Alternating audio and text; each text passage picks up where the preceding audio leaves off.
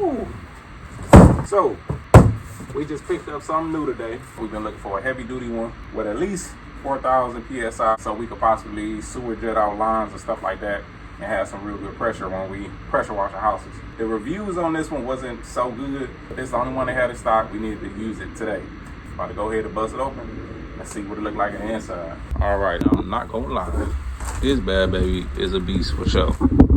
So, I don't know why I was expecting it to be smaller like the other ones, because it's extremely heavy duty, but this bad boy is chunky.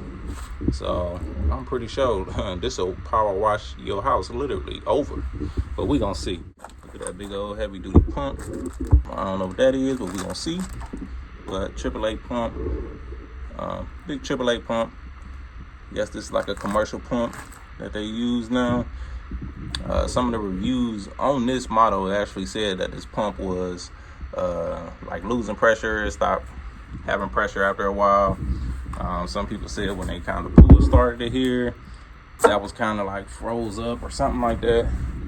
But y'all know we're gonna give y'all our honest review, especially if we break down, because this boy gonna be going right back to where we got it from. Model number for this one here is the DeWALT. This is the DXPW61156, 4400 PSI, 4.0 GPM. And the one we really wanted to get, it was 4400, but it was 4.2 gallons per minute. That's what that GPM stands for. I'm gonna get ready to pretty much bust this open, put it together. It gotta go inside the truck, so we're gonna see how big and how tall it really is after I put these handles on, because we might have to bust it back down just to transport it. But this bad baby is big, and you definitely gonna need 2 people to help you lift this up to put it in the car, unless you just macho man. Sometimes I just macho man it myself, but honestly with this one right here, I don't think I'm gonna be picking this one up by myself. Probably could, but ain't no point in putting the extra stress on your bike and on your muscles.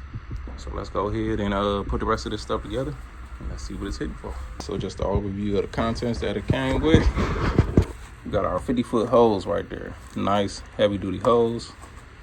We got our gun right here, 2-handle to hold that power that's gonna be shooting up out of that joint, with the extension pipe that attaches on there. This is our what is the thing called, but this is the hose for sucking up the solution.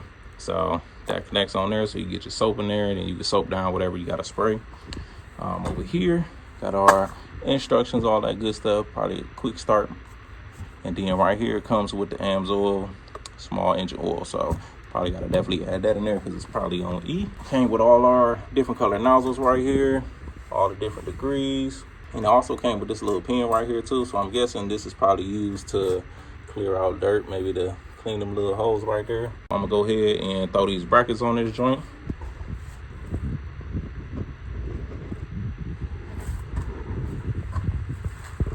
Just put this front brace on.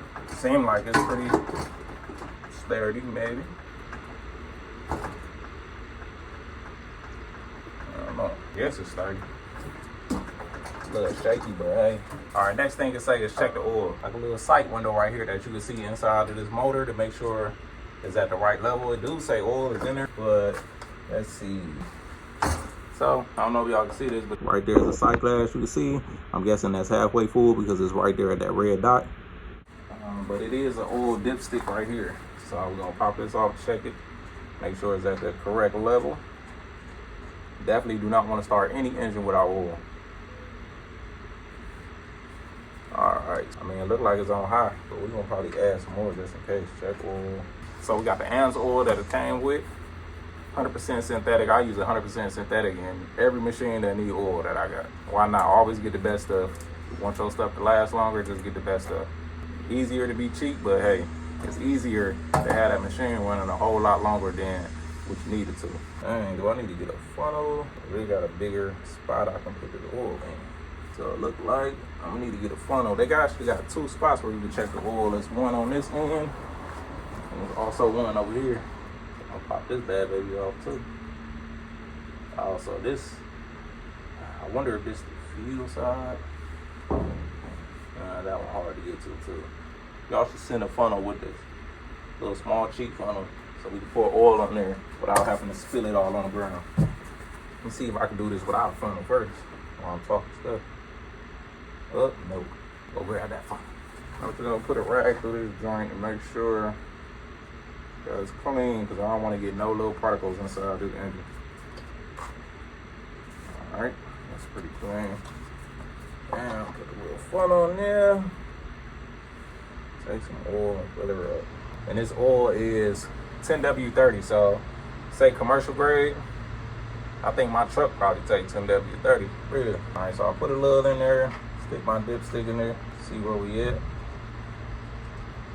I'm tweaking. That little sight glass is for the pump oil, not the engine oil. Next thing is to add the gasoline. So it say it take 86 or higher. All right, so we'll take the cap off. Got the cap off there. Now we about to go ahead and add our gas, and look, actually say this little screen got a little fuel level. So I guess it'll tell us if it's full. Or maybe they ain't supposed to come out, but it's a screen. Definitely need that screen so no dirt can get up in that joint. So probably when it gets to this red line right there, it mean that it's full. And I just realized too, this connection bar right here actually got to go a little higher right here with these holes. I don't know why I thought it connected on there, kind of looked like that in the diagram, but we're gonna take this off, raise it up higher. I don't really see an issue with it being this low, but maybe it'll block the quick connect on the cord. Let's see if it blocks the hose. They don't block the hose, but we just put it higher, so we ain't gotta be in that low when we about to pick it up and drag it to where we need to drag it to. Quick little change here.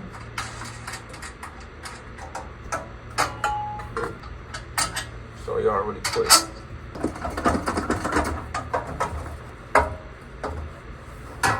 All right, so it comes disassembled like this here.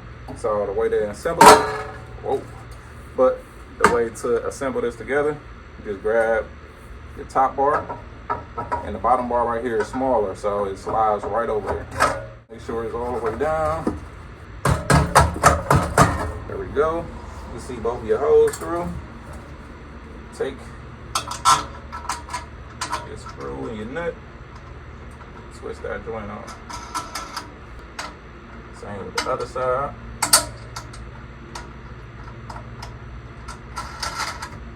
Twist, twist.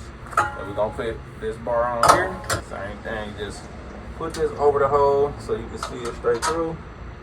Stick in your bolt. Twist it on.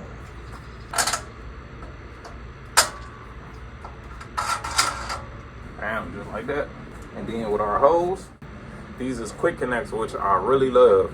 Because the old style, you actually have to twist this hose on over time. It might just get stuck on or seize with the corrosion and stuff like this. So this is real good just having these quick connects. And the way this works, you got a male end, and this end here is your female. You want to pull this ring right here, pull that back, just shove it in, let that go, bam, and it locks. And the same thing with connecting the gun up to here too. Female end on here, male end on this end. Pull that ring back, push it on, bam, now it's connected. To connect your rod right here, this is a threaded end. So you'll pop your cap off, twist the cap there. I wonder if we gotta put some thread tape on here, but we'll see. If it starts to leak, then we'll throw some thread tape on here.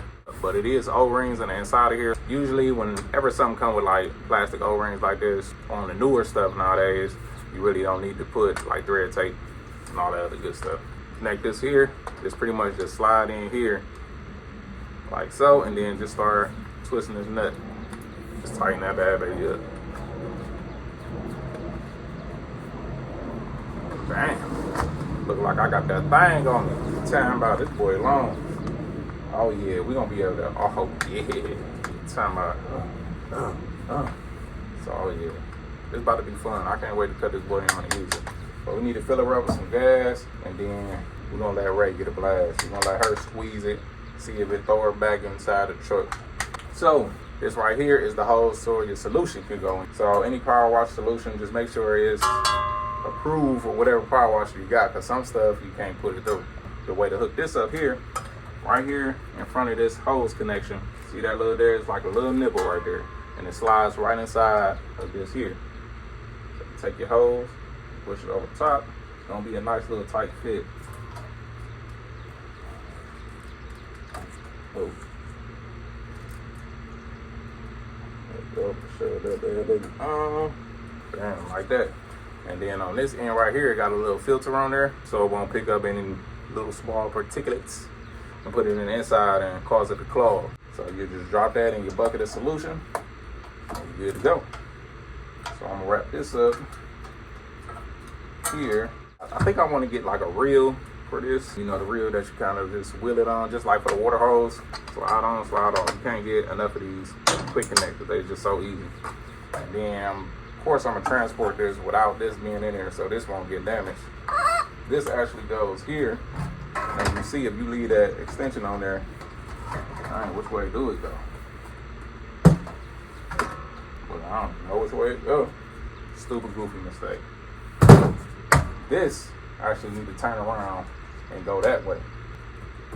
Looking at this box right here, so I installed this around. But I ain't gonna lie, still work this way, but we're gonna twist it around. Play this myself too. It's easy to lock this boy down. It's good that that's little quick little connects like that too, so when you want to put it in a smaller vehicle or something like that, it's easy to pull these handles off. But I'm pretty sure it'll still be able to meet the clearance requirements. Bam. I ain't gonna lie, I like it the other way better because they make it more compact. That's how that's supposed to go right there. Now our wine, bam, it's gonna go like that. This don't protrude out too much so it can't get bent, but I don't know. Ah, look at that, bam. No. Is it gonna stay? I guess. Then the hose, hook around here. Bam, like that. And I'm pretty sure this only stand like this because there's a little tile on it right there. So I guess if you keep putting the tile on there, it'll stay wrapped up. But I'm pretty sure this already ate up and beat up now, and it ain't even get used yet. So probably get like a Velcro strap or just get that reel, because I definitely want a longer cable. And we did go ahead and buy another 50-foot cable, so this will be long enough because we got to pressure wash the roof and all that good stuff. And I don't want to have to keep moving this machine around. 100-foot hose is like perfect because we'll be able to move around the house. All right, let's see how mobile it is. This boy definitely got some weight on it, but it ain't that heavy. Better with wheels. You can follow them because I'm going the other way. Chasing after paper, trying to redirect the way.